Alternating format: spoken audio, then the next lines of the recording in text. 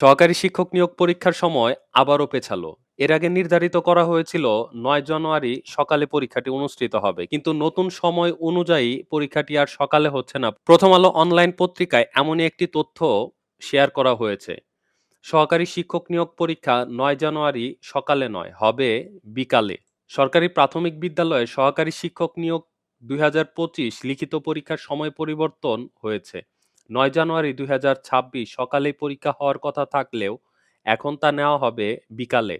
আজ রোববার ৪ জানুয়ারি প্রাথমিক ও গণশিক্ষা মন্ত্রণালয়ের এই বিজ্ঞপ্তিতে সময়ের এই পরিবর্তনের কথা জানানো হয়েছে। বিজ্ঞপ্তিতে বলা হয়েছে ৯ জানুয়ারি সকাল ১০টার পরিবর্তে বেলা ৩টা থেকে বিকেল ৪টা ৩০ পর্যন্ত এই লিখিত পরীক্ষা অনুষ্ঠিত হবে।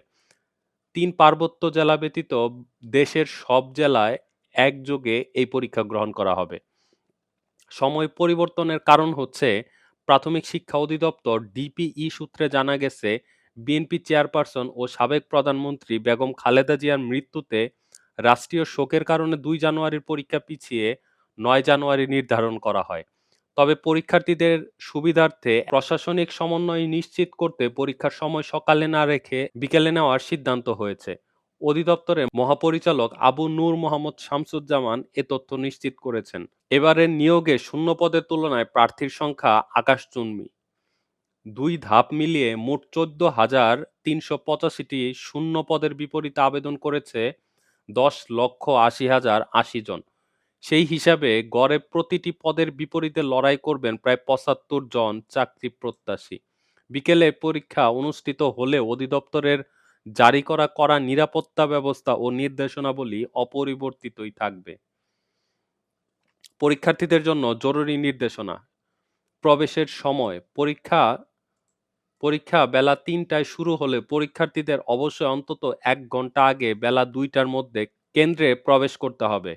বেলা ২টা ৩০ কেন্দ্রের সব প্রবেশপথ বন্ধ করে দেওয়া হবে। এরপর আর কোনো প্রার্থীকে ভেতরে ঢুকতে দেওয়া হবে না। কান উন্মুক্ত রাখতে হবে। ব্লুটুথ বা কোনো ইলেকট্রনিক ডিভাইস শনাক্ত করতে বা এবার পরীক্ষার্থীদের জন্য বিশেষ শর্ত দেওয়া হয়েছে। পরীক্ষা চলাকালে পরীক্ষার্থীদের উভয় কান উন্মুক্ত রাখতে হবে। তল্লাশির সময় প্রয়োজনে টর্চ লাইট দিয়ে কান পরীক্ষা করা হবে। নিষিদ্ধ সামগ্রী। আপনি এখানে কি নিয়ে যেতে পারবেন না?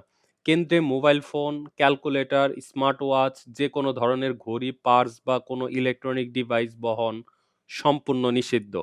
যদি কেউ এরকম কোনো ডিভাইস নিয়ে যাওয়ার চিন্তা করে থাকেন বা যাদের বাসা দূর থেকে কাছে যাবেন, সেক্ষেত্রে কোনোভাবে আপনারা কেন্দ্রে এই মোবাইল ফোন নিয়ে যাবেন না। চেষ্টা করবেন ফোন যেন সবসময় কেন্দ্রের বাইরেই থাকে। যদি থাকে সেক্ষেত্রে আপনি একটা ঝামেলায় পড়তে পারেন। এসব সামগ্রী পাওয়া গেলে তাৎক্ষণিক বহিষ্কার ও আইনি ব্যবস্থা নেওয়া হবে। প্রয়োজনীয় কাগজপত্র, পরীক্ষা অংশগ্রহণের জন্য রঙিন প্রিন্ট করা প্রবেশপত্র ও মূল জাতীয় পরিচয়পত্র সঙ্গে আনা বাধ্যতামূলক। অনেকে সাদা-কালো প্রিন্ট করে নিয়ে আসে প্রবেশপত্র। সেক্ষেত্রে কিন্তু আপনি একটি ঝামেলার সম্মুখীন হতে পারেন। অবশ্যই রঙিন প্রিন্ট করে আপনি নিয়ে আসবেন। উত্তরপত্র বা ওএমআর শিট পূরণে অবশ্যই কালো কালির বল পয়েন্ট কলম ব্যবহার করতে হবে। তো কিভাবে উত্তরপত্র আপনারা পূরণ করবেন, এটার কিন্তু খুব সুন্দর একটা ভিডিও এই চ্যানেলে আপলোড করা আছে। আপনি অবশ্যই ভিডিওটি দেখে নিবেন। তাহলে আপনি খুব সুন্দরভাবে আপনার উত্তরপত্রটা ফিল আপ করতে পারবেন। শুধু উত্তরপত্রে যে কালো কলম দিয়ে বৃত্ত ভরাট করতে হবে তা না। সেই সাথে আরো কিছু প্রশ্নের উত্তর দিতে হবে। আরো কিছু উত্তর সেখানে লিখতে হবে, হাতে লিখতে হবে। সেজন্য এগুলো আপনার জেনে রাখা খুবই দরকার। কারণ পরবর্তীতে ভাইভাতে আপনার এই জিনিসগুলো খুবই প্রয়োজন হবে। সুষ্ঠুভাবে পরীক্ষা সম্পন্ন করতে প্রতিটি কেন্দ্রে ১৪৪ ধারা জারি থাকবে। নিয়োগের নামে কোনো অসাধু চক্রের সঙ্গে লেনদেন না করার জন্য প্রার্থীদের সতর্ক করেছে প্রাথমিক শিক্ষা অধিদপ্তর।